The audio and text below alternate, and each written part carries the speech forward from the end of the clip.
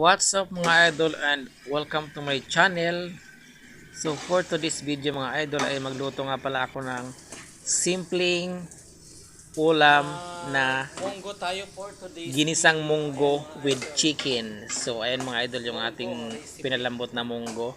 At syempre ito naman yung ating mahiwagang sahog. Ayan mga idol, simple lang po yung aking recipe for today.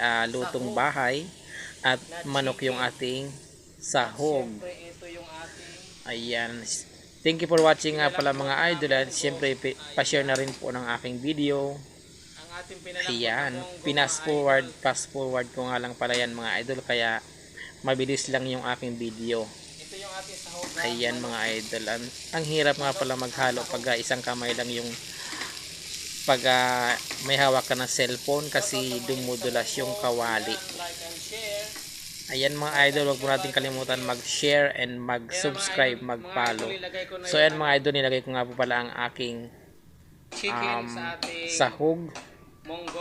At syempre maya maya ilalagyan natin ng kaunting tubig lang mga idol dahil mas masarap pag konti lang yung sabaw. Ayan mga idol, nilagyan ko na nga po siya ng sabaw. At ganyan lang po ako mga idol pag naglalagay ako ng sabaw sa aking munggo. Kaunting sabaw lang para mas malasa, mas masarap. At syempre luto na nga po pala mga idol. Kaya naman kainan na. Ayan, thank you for watching. God bless and enjoy. Thank you for watching. Bye bye. Share and follow po mga idol and subscribe.